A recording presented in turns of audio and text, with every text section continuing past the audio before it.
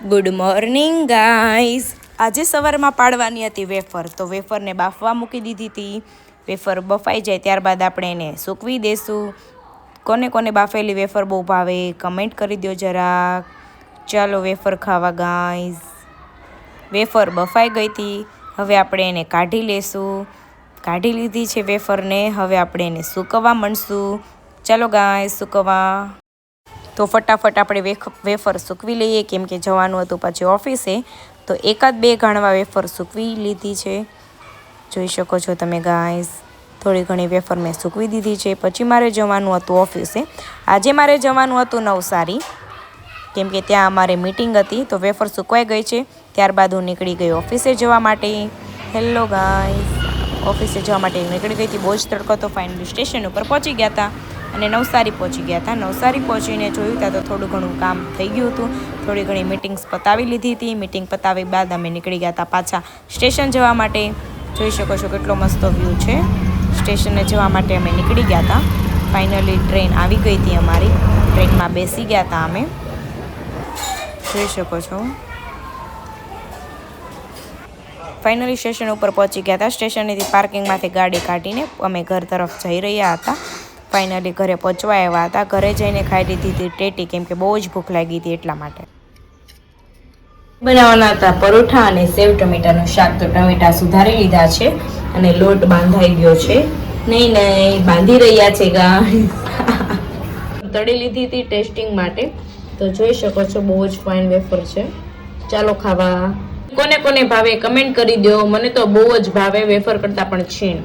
લીધી હતી થોડીક દ્રાક્ષ. આપણે ઘરે આવીએ એટલે મોઢું ચાલુ ને ચાલુ રહી. ખાવા તો જોઈએ જો આપણે ભાઈ. આપણે કરી લઈશું દીવાબત્તી. તો ધૂપ મૂકી દઈએ.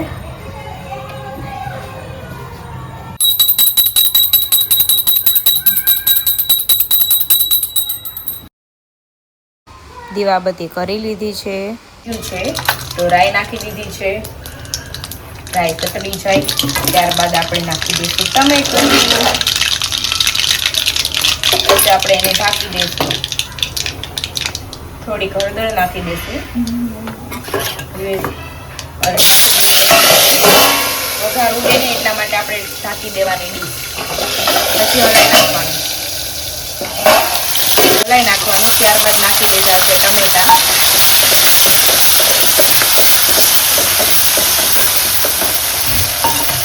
થોડીક વાર ચડવા દેશું. મીઠું એડ કરી દીધું.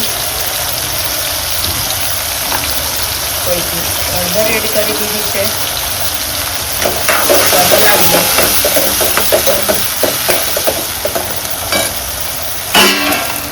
દેવાનું, કેમ કે ઢાંકશો તો વરાળ એમાં ને એમાં રહેશે એટલે સારી રીતે ચડી જશે. મીઠું ચડી ગયું છે. થોડીક વાર હજી ચડવા દઈશું. તમાલપત્ર નાખી દીધું છે. મને તો ન ભાવે, આ તો પણ મારા મમ્મી પરાણે નાખે સ્વાદ આવવા માટે. ચટણી નાખી દીધી છે, કેમ કે સેવ ટમેટાના શાકમાં એ હોય તો વધારે મજા આવે. જોઈ શકો છો મીઠા વણાઈ ગયા છે. હવે આપણે એને શેકી લેશું. ચાલો પરોઠા અને સેવ ટમેટાનું શાક ખાવા. કોને કોને ભાવે? જેને ભાવે કમેન્ટ કરી દો. આજે હું પરોઠા બનાવું છું. તો ચાલો બધા આવી જાઓ ખાવા ગાઈસ.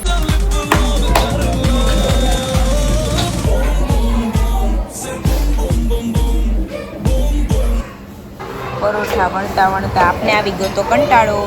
થોડુંક નાચી લીધું હતું. ડાન્સ વગર તો ચાલે જ નહીં.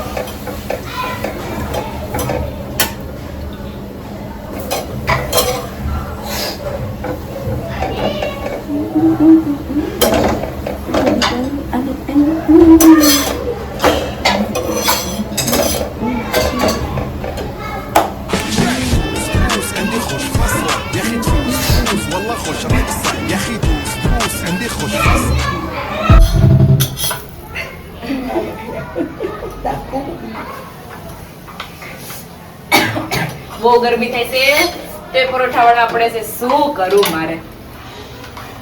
ઘર ઘર કી હાલત है सभी.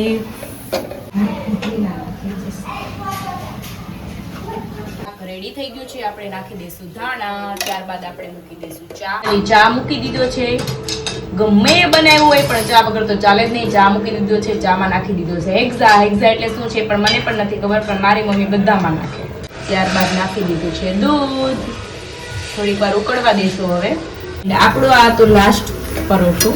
ફાઇનલી બધા જ પરોઠા આપણે બનાવી નાખ્યા છે. આજે જમવા આપણે તો એક જ પરોઠું માંડ ચાલશે, કેમ કે આજે બહુ ભૂખ નથી લાગી. આજનો બ્લોગ આપણે અહીંયા પૂરો કરીએ છીએ. Good night.